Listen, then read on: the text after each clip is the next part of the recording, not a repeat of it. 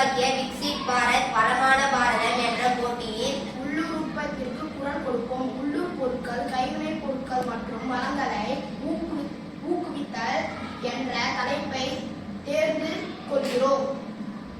உள்ளூர் உற்பத்தி என்ற தலைப்பில் எங்களுடைய கருப்பொருள் என்னவென்றால், எங்கள் காஞ்சிபுரம் மாவட்டத்தில் பெயர் போன பட்டு நெசவு தொழில் நலிவடைந்த காரணத்தை அதை மீட்க என்னென்ன தீர்வுகளை புதுசாக புகுத்தலாம் என்பதை பற்றி ஆவணங்களை சமர்ப்பிக்க எங்கள் கேட்டர்பில்லர் குழுவினர் வந்துள்ளோம்.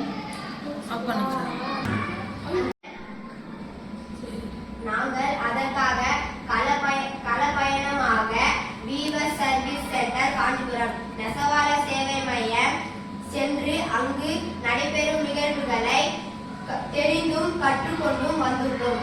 இந்த களப்பயணத்துக்கு போய் நாங்க பார்த்தது மூலமா நாங்க எங்களோட தீர்வுகளை 4 படியா பிரிச்சிருக்கோம். முதல் தீர்வு, பட்டுப்புழுந்து தரமான பட்டை உற்பத்தி செய்யணும்.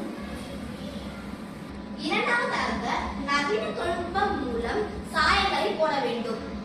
இந்த சாய கழிவுகள் நீரை மாசுபடுத்தாமல் இருக்க அரசாங்கம் நீர் மறுசுழற்சி திட்டத்தை கொண்டு வர வேண்டும். இத்திட்டத்தின் மூலம் பலரும் சாய தொழிலில் ஈடுபடுவார்கள்.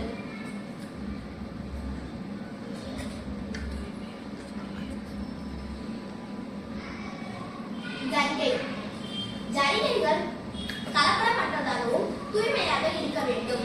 முக்கியமாக டெக்ஸ்டைல் ஜரிகை இருக்கக்கூடாது. மின்னணு ஜாக்காடு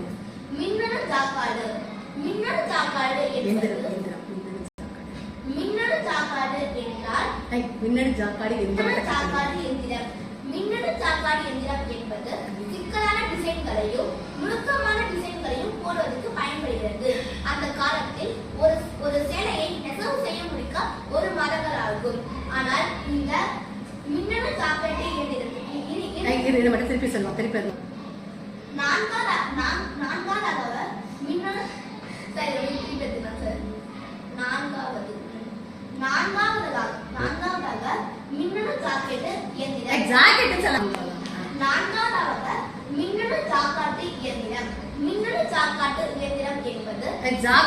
ஜாக்காட்டு கிடையாதுமா. 4வது முக்கியமான தீர்வு என்ன என்றால் மின்னணு ஜாக்காடு எந்திரம். சொல்லு பார்க்க. 4வது முக்கியமான தீர்வு என்னவென்றால் மின்னணு ஜாக்காட்டு எந்திரம். 4வது முக்கியமான தீர்வாக மின்னணு ஜாக்காடு இயந்திரம். மின்னணு ஜாக்காடு இயந்திரம் என்பது சிக்கலான டிசைன்களையும் நுணுக்கமான டிசைன்களையும் போட பயன்படுத்துகிறது. அந்த காலத்தில் ஒரு சேலையை நெசவு செய்து முடிக்க 1 மாதங்கள் ஆகின்றன. ஆனால் மின்னணு ஜாக்காடு இயந்திரத்தின் மூலம் நெசவு செய்யும் போது ஒரு சேலை 10 நாட்களுக்குள் முடிந்து விடுகிறது. இதனால் பொருளாதாரம் வளர்கிறது, வேலை சுமை குறைகிறது. இரண்டாவது கருத்தாக, கணினியில் டிசைன்கள் செய்ய மாணவர்களை கற்றுக்கொள்ள ஆவணம் செய்ய வேண்டும். இதுவே எங்கள் கருத்தாகும். இதன் ஆய்வின் மூலம் எங்கள் கருத்து என்னவென்றால், அந்த காலத்தில் கிராஃப்ட் ஆசிரியர்கள் இருந்ததால் மாணவர்கள் கைவினைப் பொருட்களை கற்றுக்கொண்டனர். பஞ்சை வைத்து நூலை தயாரிப்பதற்கு டக்னி என்ற இயந்திரத்தை பயன்படுத்தினர். அரசாங்கம் ஒவ்வொரு பள்ளிக்கும் கிராஃப்ட் ஆசிரியர் நியமித்தால் மாணவர்கள் கைவினைப் பொருட்களை கற்றுக்கொள்வர். இறுதியில் எங்கள் காஞ்சிபுரம் மாவட்டத்தை சேர்ந்த கிருஷ்ணமூர்த்தி ஐயா அவர்கள் புடவைகளில் டிசைன் செய்து ஜனாதிபதி ஐயாவிடம் விருது பெற்றுள்ளார். இது எங்களுக்கு பெருமை. நன்றி, வணக்கம்.